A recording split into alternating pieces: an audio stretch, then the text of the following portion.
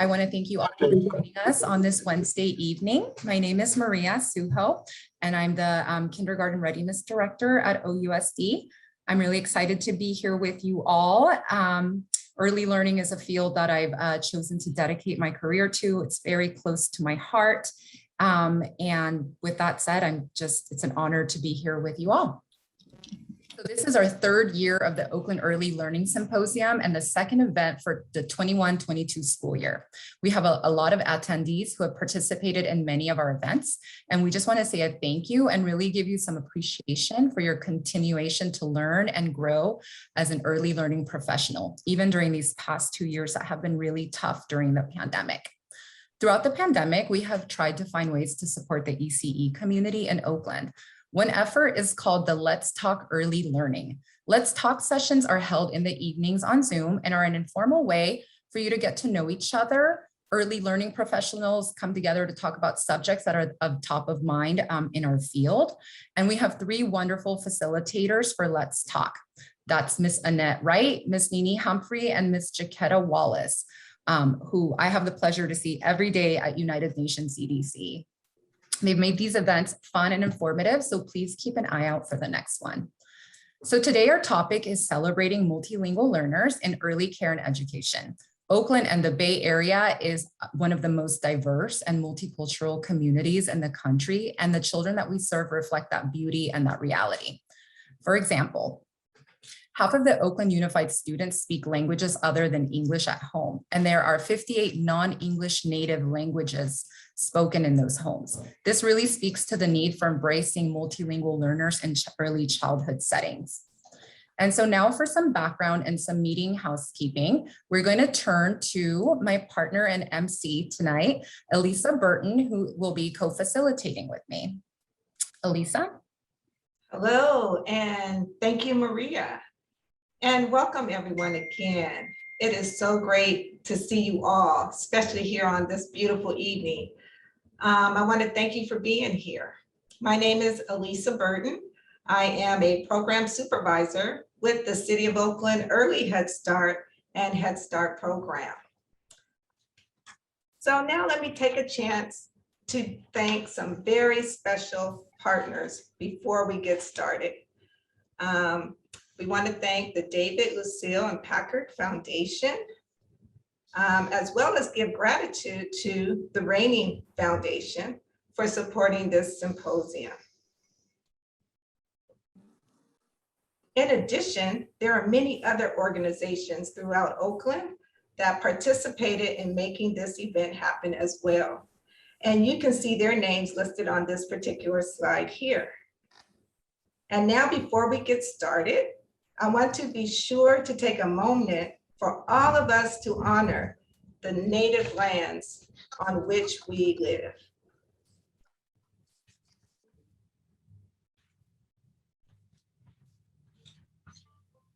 So we acknowledge that we are here today on the ancestral homeland of the Ramaytush, the Ohlone, the Mawekma, and the Chochenyo, who are the original inhabitants of the San Francisco Bay Area and the first indigenous owners of this land. As guests, we recognize that we benefit from living and working on their traditional homeland. There are many ways we can honor our indigenous neighbors. We are going to put some in the chat right now. One is a link where you can locate the native land you are on right now. So if you can take a moment and add the lands you are on right now to the chat, that will be great as we get started. The other is to Sagorate, that's the Land Trust, which is a Native woman-run organization. And this provides a lot of resources from how to pay the Shumi land tax to educational opportunities. So let's take a moment to look for that feature. I see them popping up right now.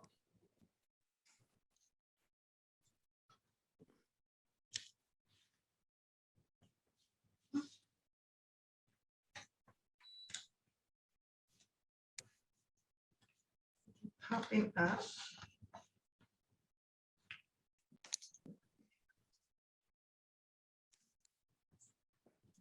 Richmond, okay.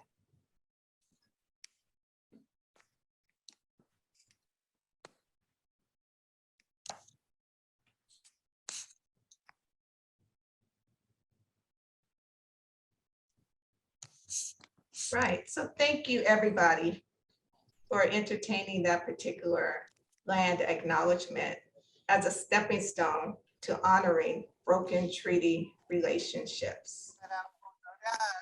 Now, if you don't mind, I'd like to take a moment to introduce Patty. Is Patty in the room? I am honored to welcome Patty Franklin from the Scotts Valley Band of Pomo Indians, who will be providing us with a blessing for this event and the Pomo tribe language. This will be in that language. So Patty, if you're here, please go ahead and let's give Patty a welcome. Hi, Chinta E, Washi E, Patricia Franklin, Yimabana Po. Hello, my name is Patricia Franklin from Above and Beyond Village. And I just want to thank everyone for the opportunity to bless this event. And I have here with me my husband, because in our way, many blessings are given with a song. So we are going to be singing a blessing song. But first, I'd like my husband to introduce himself. Chimai and my to Dino Franklin, Kashai Acha, Miwok Acha, Micmac Acha, Hawaiian descent, and French Canadian. I said hello. How are you tonight? My name is Dino Franklin. I'm from the Kashai Band of Pomo Indians. I also have relatives within the coastal Miwok, as well as the East Coast Micmac Indian, and I have grandparents who hail from Canada.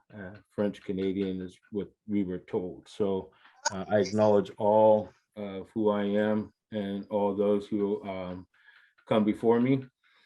Thank you for having us on. It's a pleasure to be here with you, all you teachers, all you good stewards of our Nakatalis, our children. We are grateful to the work that you do and understand how important you are and the work that you're going to do here tonight, as well as for the rest of your lives.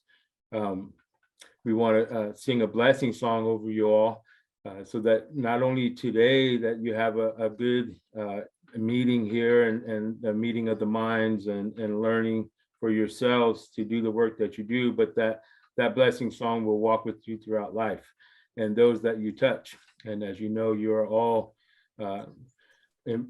partakers of imparting wisdom into our children. And so therefore, those blessings will transfer on to them as well. We hail out of the Mendocino County area.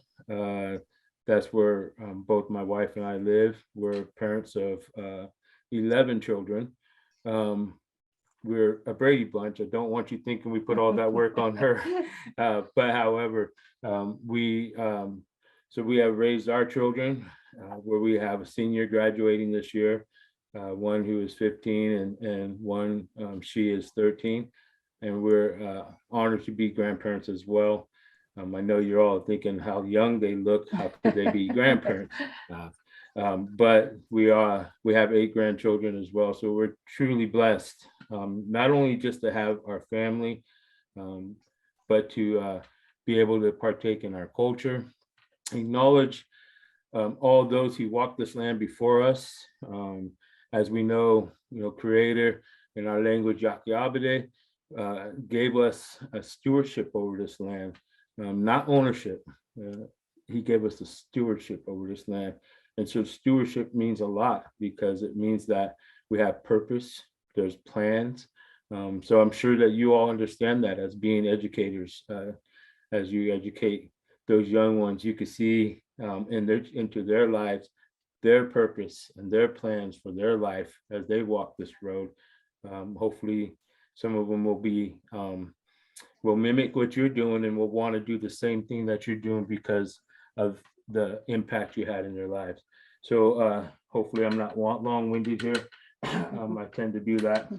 But I'm going to bless you with a song from our Kashaya people, and just listen with me. And when I'm done and you hear me say "oh," I would love for you all to join me in saying "oh" at the end of the song. "Oh, O-H, oh," and that will be your acknowledgement to me that you felt blessed by what we were able to do for you here. So give me a second here.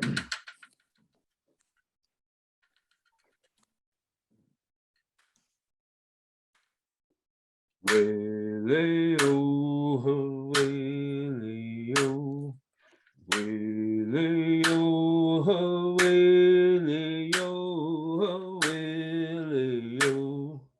wele-o, wele-o, wele-o, wele-o, wele-o. Wele-o, wele-o, wele-o, wele-o, wele-o, wele-o, wele-o, wele-o,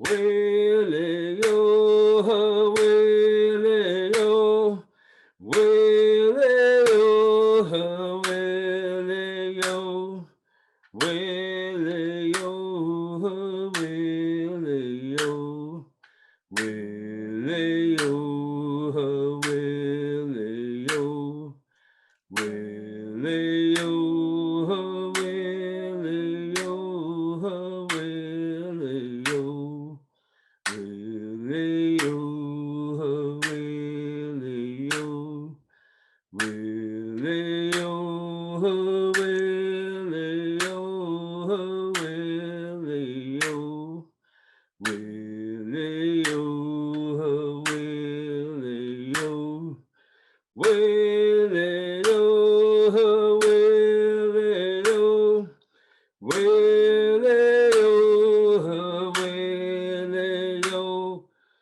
wele-o.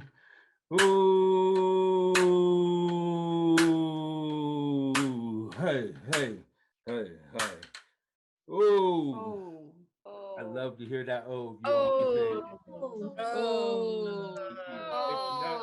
Oh man, that's a blessing. I appreciate your acknowledgement of that blessing, and blessings to each and every one of you. I'll give it back over to my wife. Well, thank you all for allowing us to bless this time and to bless you all. We really appreciate it. Oh. Thank you, Patty. Wow, that was so powerful. Thank you very much to you and your husband. I want to thank you very much for blessing us with that very special blessing. You're welcome.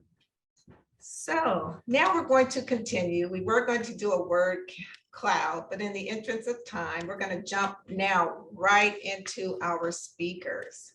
So I'm going to turn it over now to Maria, who's going to take a minute to introduce our speakers.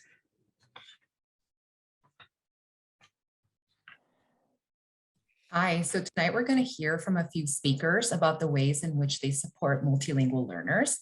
We know that many of you have been working with multilingual learners for many years, and later we will have a chance to share our experiences with each other in the breakout rooms. First, we're very fortunate to have with us tonight Angela Cabrera, who is the Early Learning Program Manager at Alameda County Office of Ed. Angela has been leading trainings and professional development opportunities for teaching dual and multi-language learners in early childhood classrooms for many years. She is going to share some resources with us today. I'm going to turn it over to Angela. Gracias, Maria. Thank you so much. How you can continue having a conversation after that amazing blessing. I'm so fortunate to be here. Thank you so much for the invitation. As Maria mentioned, my name is Angela Cabrera with ACOE, Early Learning Program Manager. Next slide, please. And I'm from Colombia. I'm originally from Colombia. I speak Spanish, and I want to share with you my favorite book when I was a child was Peter Pan. I dream about continue being a child. For me, that was like amazing to think that I was going to be able to play every single day, every single time, and fly around amazing places. So my mom used to read that book to me, and I just dream about continue being a child. And I think I kept that promise to myself because I love to play around, I love music, and I love children. To talk about, I want to make reference about what Maria was sharing about the diversity that we have in our community. Next slide, please. And I have some statistics for you on the slides, but I want to, while you look at those numbers, I want you to think about all the benefits and the why we do this work. Because this is a superpower. Having a second language is a superpower. And the benefits of, some of the benefits of bilingual people is that they have an easier time to understand math concepts. Who could not know about that? Math concepts and solving world problems. They develop strong thinking skills. They're using that logic to better understand what's happening around them. Next slide. And around the social emotional benefits, they bilingual children maintain that strong connection with who they are, with their family, with their culture and their community. And all of these are key parts of the children's development and their identity. They're going to be able to make friends and create that strong relationship with that second language. And it's so important as a skill to increase that diversity in our society. Next slide. And I want to talk now about what we have done in Alameda County. And for that, I want to take you in a story timeline. And if you can please click on the link that is on the title of that slide.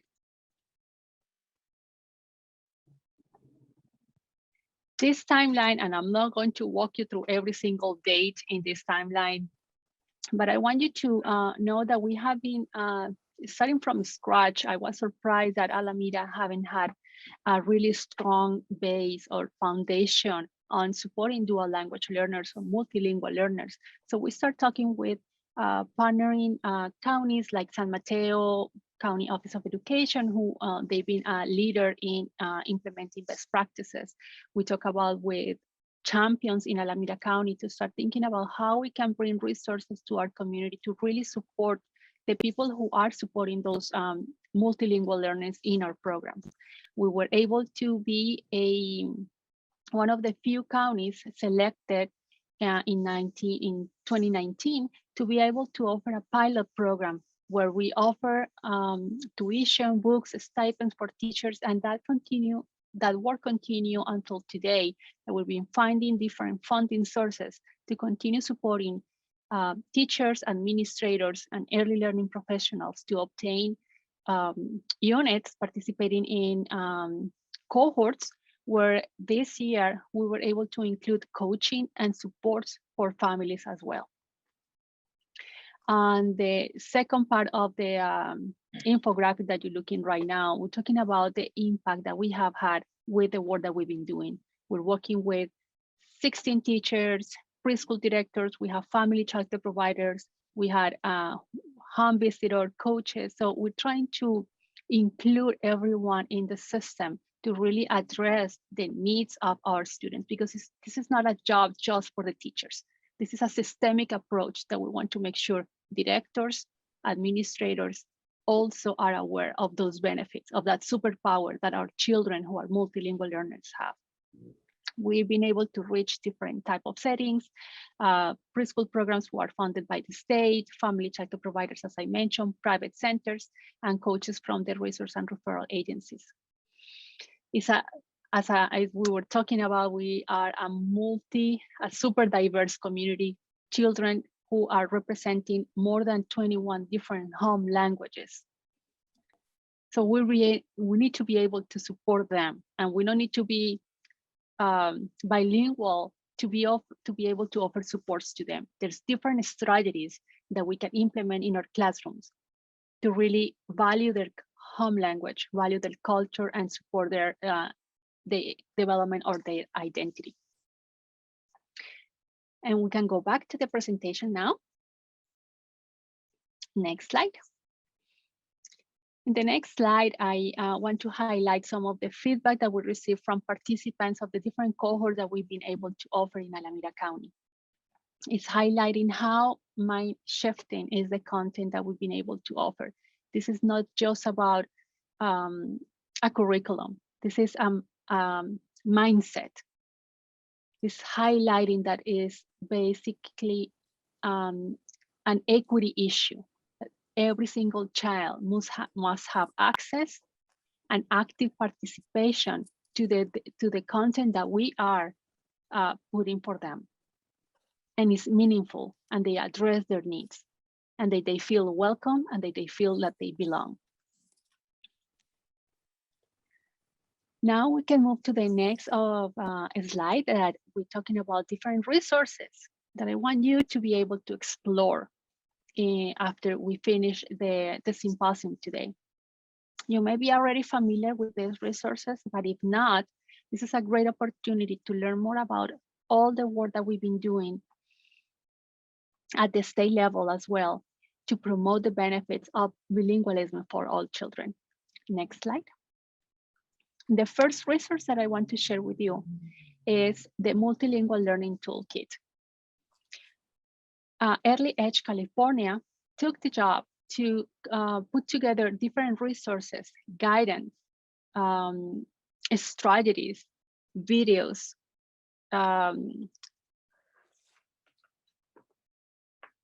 research papers, books, materials in different ways for you to identify what type of services you can offer to your children and the families in your programs. We're going to share the link to this multilingual learning toolkit. They have resources in different languages as well.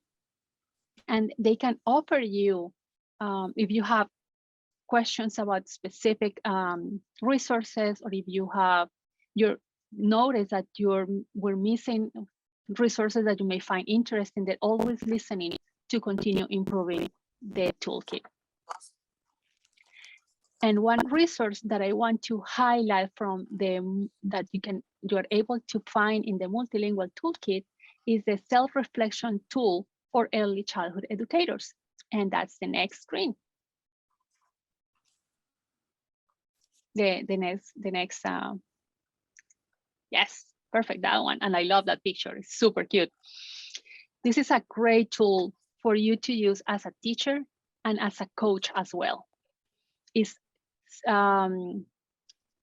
easy to use. The language that they use is simple. It really helps you walking through your own program to reflect on your practices. The questions that they ask in this tool are questions that are going to help you to identify the areas that you're very strong, and also the areas that you can work on to improve on and set a plan. This self-reflection tool is available in English and Spanish, and they have two sets, one for infants and toddlers, and the second set is for children ages 3 to 5, because we all know we have different needs at different levels. And I really want to encourage you to use this tool, to take a look at it. You can download the PDF version and have a paper to, like a checklist, to guide you in that reflective process, or you can use the online version. And no one keeps that information. This is just for you to walk you through the implementation of your practices. You're going to have ideas, suggestions of like, how can I go through this process? Am I doing better on this area? Can I improve on this other area? And start connecting with resources to support those pieces.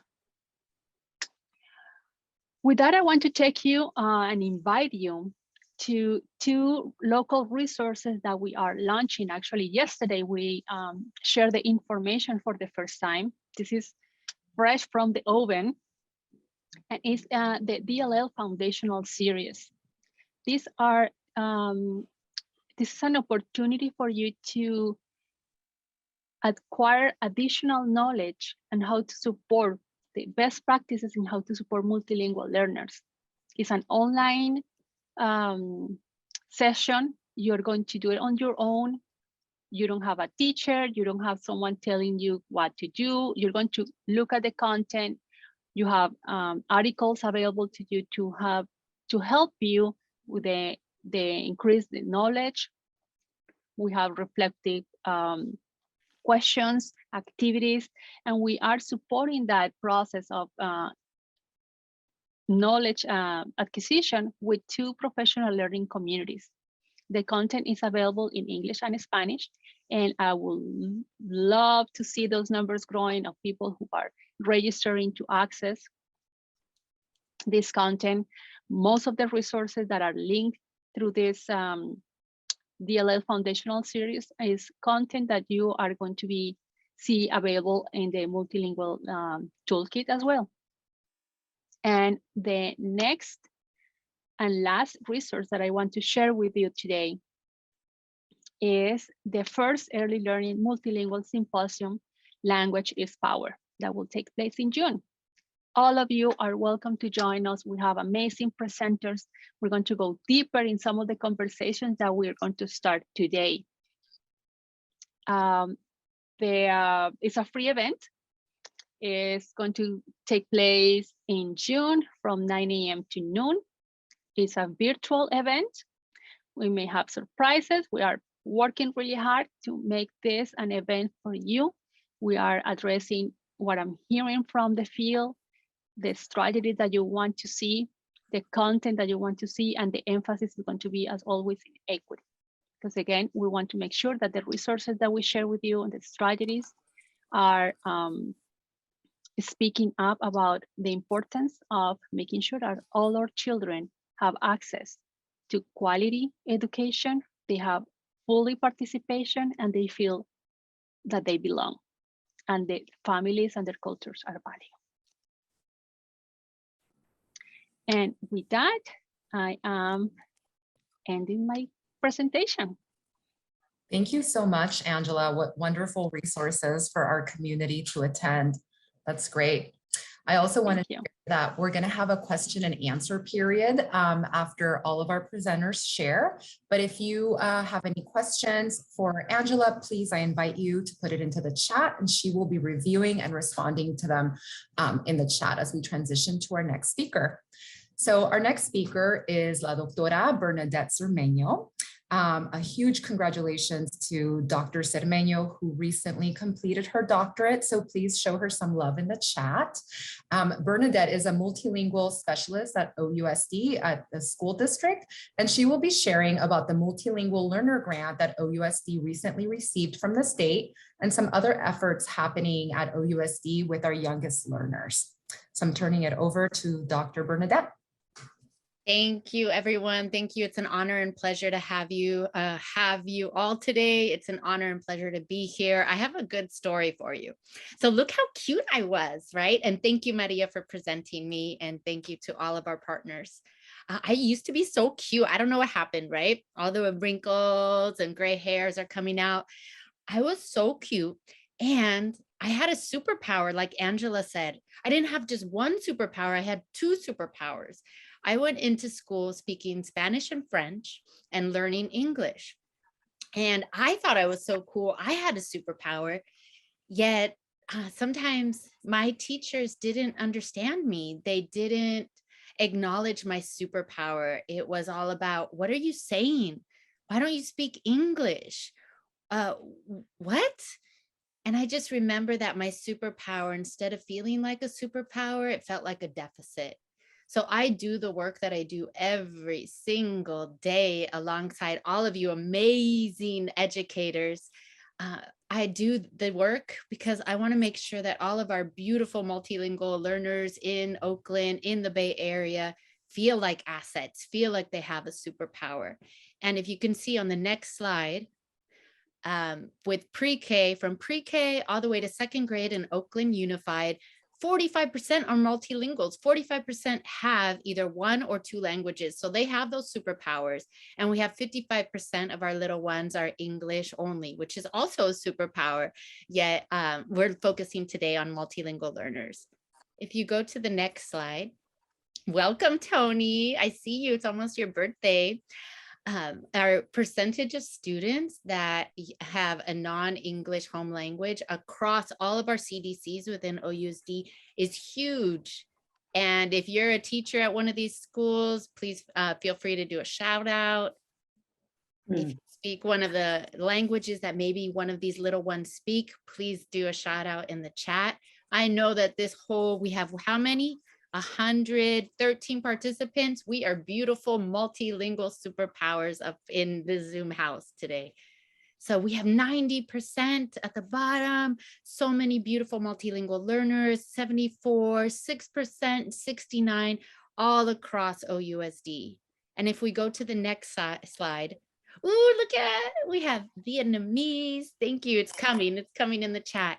So you might have been one of these little ones when you started in pre-K, right? So in pre-K, we have 50% of our little ones are multilingual. I brought some data for you to see. Let's take a moment just to process it. And you can take a deep breath. So huge, right? And we want those little ones, whether they're in pre-K, TK, kinder, high school, we want them to feel like they have superpowers. If you go to the next slide, you'll also see that we have that English, we have Spanish, Cantonese, Mom. Those are the highest multilingual superpowers that we have within Oakland. And then, as some of you might know me, I'm a double water sign, so super Pisces, super loving the water. Tony knows this about me. And if you go to the next slide, if you ever seen the ocean, it's super complex, right? There are so many different levels, and each different level is a representation of a whole tiny little ecosystem. Within OUSD, within Oakland, within Alameda County, we have tiny little ecosystems that need to talk, right? That need to connect, because one ecosystem, yes, it's its whole little world, but they all connect together, making it super powerful, super multilingual. So if you go to the next slide, you see always children at the center, right? We always within OUSD have children at the center. We come in from research-based practices, which is its whole ecosystem, we know, right? We have family partnerships. Everything is led with family partners.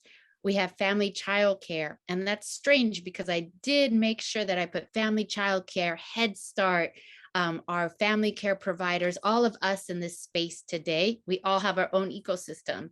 We're all in family childcare, but each one is so different.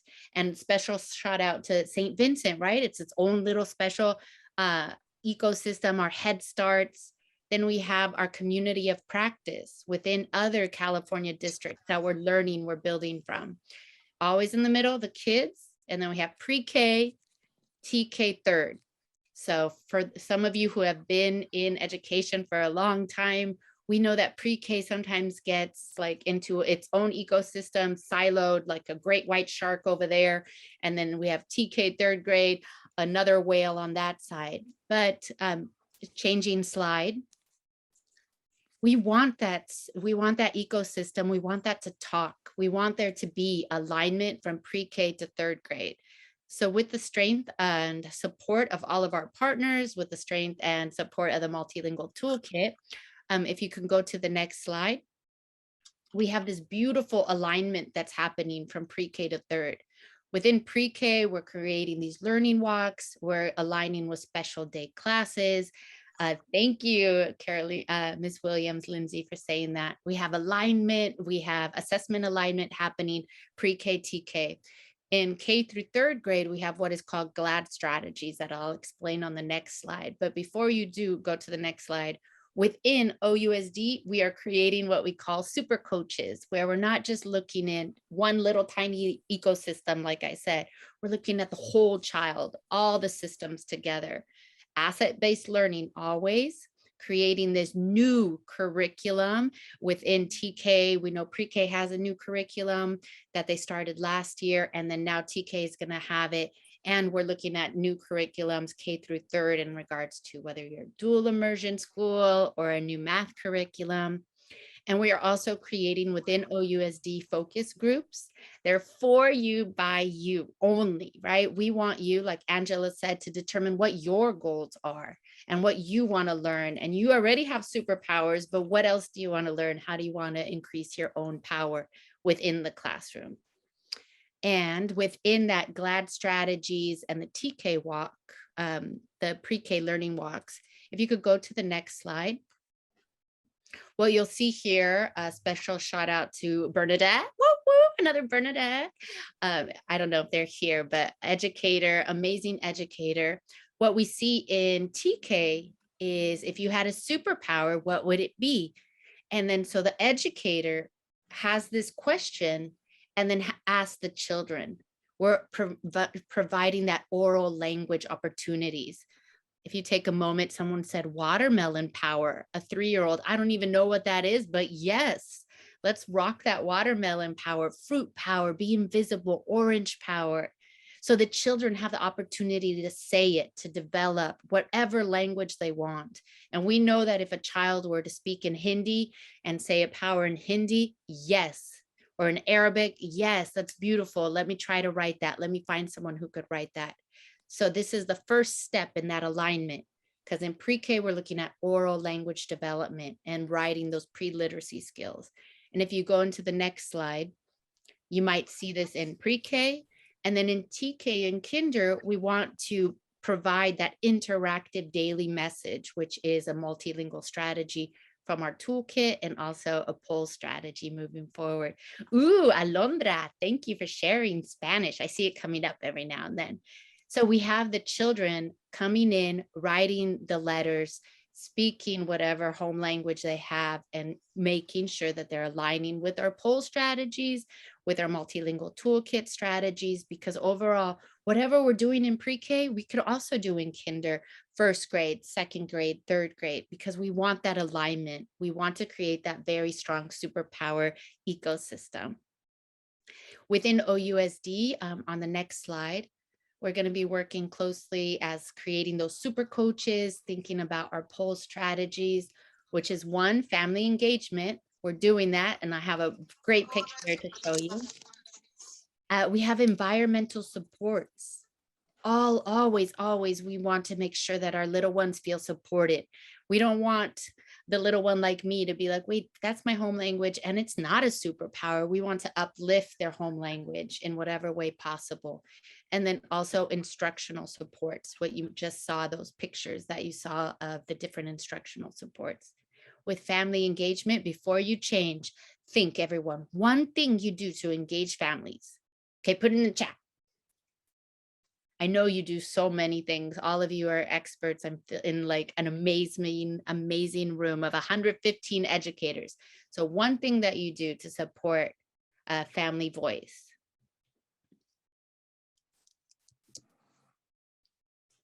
Thank you. Happy to see you too.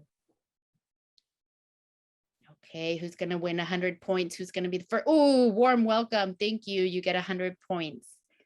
Parent Cafe. Yes. Thank you. Invite them to read in their home language. And take a moment and pause. Like, think of Bernadette when she was 4. How would Bernadette have felt if their teacher said, hey, do you want to come in? Do you want your mom to come in and read in Spanish? Leer. Thank you, Maria. Sing a song. Yes, there are so many visuals. We have so many experts in the room. Thank you for sharing. And this is another beautiful example. United Nations, Jessica, if you could go to the next slide. So here, Jessica is an English speaker and is learning other languages, had the numbers 1 through 10. And remember, in Oakland, we are so beautiful, so diverse. Everyone in the whole world wants to be like Oakland, right? So we have English. Then the teacher asked, can you tell me how to count 1 to 10 in other languages? So they had the parents come and teach the children how to count in other languages. And each week, the child gets to count in their home language. So children, look, count 1, 2, 3, 4, 5, 6, 7, 8. Children are not just learning English, they're learning 8 other languages. Thank you, Paige, for that warning. And lastly, I just want to, let's see if I could do this quickly. So that's one beautiful way to choose, to definitely uplift your family voice. And let's see if this works. Nope, it didn't work. I was trying to take off my blur. But in your beautiful book bags, thank you, Tandem. Okay, you can't see it. It's a wordless book. If you could go to the next page. So in your book bags, don't forget to get them. And a special thanks again to Tandem. There's a book. Oh, look, look, look. You could see it kind of. It's called Fly. And it's wordless because we sometimes as educators, we don't have books in every single language. Yet what you can tell parents is that sharing wordless books, it provides children's opportunities to hear the story in their home language. So a parent could say in their home language what they believe this book is about. And it also provides children the opportunity to be the reader, to be the speaker, to develop their own language, to develop connections, and just really create a sense of love and meaning within their home language. And oh, thank you. Keep going. Next one. If you want more information on anything, please make sure to reach out. I'll drop my email address. And also we have Priya. We have an amazing team within OUSD, as all of you know, and just great resources. So please connect. I'll put my email, and then also Priya will as well. So thank you so much for being here. It's an honor and a pleasure. Gracias. Thank you, Dr. Bernadette. We're so grateful to your leadership on this issue and your love for the field. So audience, if you have a question for Bernadette, please feel free to put it in the chat, or if you'd like to hold off, we'll have a Q&A session once all of our speakers have had a turn to present. And so now we're going to move on to hear from Miss Carol Wong, who owns Hapa Baby Daycare, which is a Mandarin immersion program in Berkeley. So Miss Carol. Hi everyone, I'm Carol from Hapa Baby. Ni hao, ne ho. We are a Mandarin and English bilingual program for infants and toddlers based in Berkeley. We serve children from 1 to 5 years old. Half of our families have at least one parent that speak only Mandarin, and the other half have no Chinese speaking parents. So other than these languages, we also have Vietnamese, Cantonese, Korean, Japanese, and Taiwanese speaking families. So super, super diverse. So I'll talk about our challenges with working with families and children without any Chinese exposure that has been helping them with their transition to our daycare, because they're learning a new language, in our daycare. We found that as much as children are able to learn so fast, they are going to pivot to one more speaker, which is Miss Dolores Jeff, who has been at Hintel Child Development Center for many years. She's going to share Hintel's story and current program. So Miss Dolores, go ahead and take it away. Hi, everybody. Yes, my name is Dolores Jeff, and I'm going to present to you about Hintel, one of the OUSD programs, pre-K program. We serve for children 3 to 5, and it's a very rich program. It's also a historical site, and Hintel Kuaka means the Indian children's place in the Pomo language. And it's a very beautiful program up on the hillside where it's a beautiful land where the children can go outside and play. It's just very beautiful. They can see animals, which with Native people, animals are very important to us. And so we teach a lot of things about animals and how important it is to take care of animals. And with culture, language is also important, and vice versa. So with in Hintel, we get many different languages, different cultures, and we support families, bringing them in, bringing their language in, and encouraging them to uh, encouraging them with their culture as well as their language, and by using music, bringing in books, are just coming in and telling a story. And we do many different types of parties. We love parties on the outside because it's just such a rich area outside where we can just really just enjoy outside and have really a good time. And that's one thing I really love to do, is just encourage families to come into our program. And that's how I started myself with my daughter when she entered Head Start, and she was 3 years old. And I got a lots of what do you call that? Did a lot of participation in Head Start as well as other programs. And now I'm with the OUSD, which has really flourished my my parenting as a grandparent now as well. And then so just talking about Hintel, and we do a lot of cultural events, so which is one of the slides you see here. We invited the Valley Band Pomo Indians. They came down and they done a really beautiful dance for our children, as well as we invited the elementary children from next door, Carl B. Monk, and there was actually 3 or 4 grades that came over, and they really just got a big, just really got a big kick out of seeing a different culture, because with Native culture, we don't get out as much as doing like maybe powwows, and you might see a powwow here and there in the Bay Area. And so here we bring it to the school, so they're able to see the dance, they're seeing different type of music, the culture, and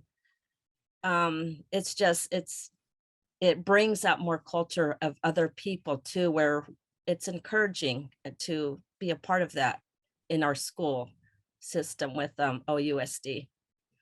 And yeah, so we had a really good time. And for our promotions, we do this with our children that are going into kinder. We have other cultures that come out, and we encourage more singing and cultural events. And I think that's very important as of language too. So, and with Hintel, it actually began in 1974. That's why I'm saying it's a historical event, historical site, because it started as a parenting program, and they thought it was just very important because it was just as small, and then more and more children started joining, and more families. And so then it became a part of OUSD, and this is where we're at now, and it's very, very beautiful. I enjoy it. Okay, great. So I can start now. Great. And now we can see you. Take it away, Carol. Okay. All right. Hi, everyone. Hello, Li Hao, Nei Ho. I'm Carol from Hapa Baby. We are a Mandarin and English bilingual program for infants and toddlers. We serve children from 1 to 5 years old. Half of our families have at least one parent that speak only Mandarin, and the other half have like no Chinese speaking parents at all. So other than these languages, we actually also have Vietnamese, Cantonese, Korean, Japanese, and Taiwanese speaking families.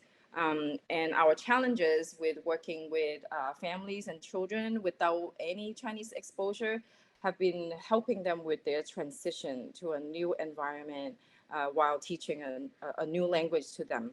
So we found that as much as children are able to learn really fast, they still feel more comfortable being in an environment with more familiarity than not. So in order to help these kids adapt to our daycare, We generally try to speak their first language during their first couple weeks with us instead of like throwing Chinese at them. We usually speak English to them.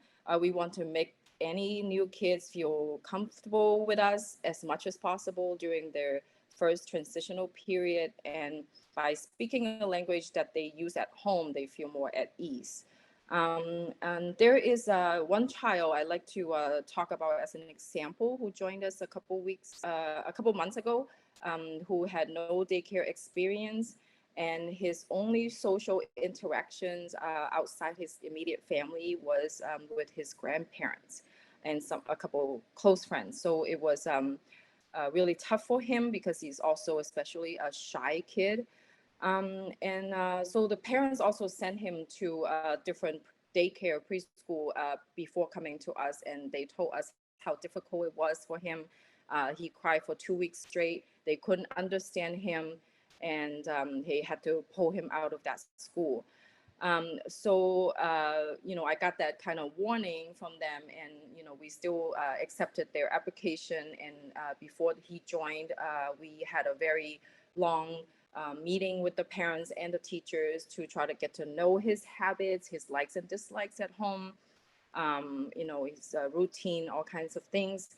And our teacher, his head teacher actually learned a couple phrases from the mom in Korean to speak to him whenever he's feeling anxious or sad.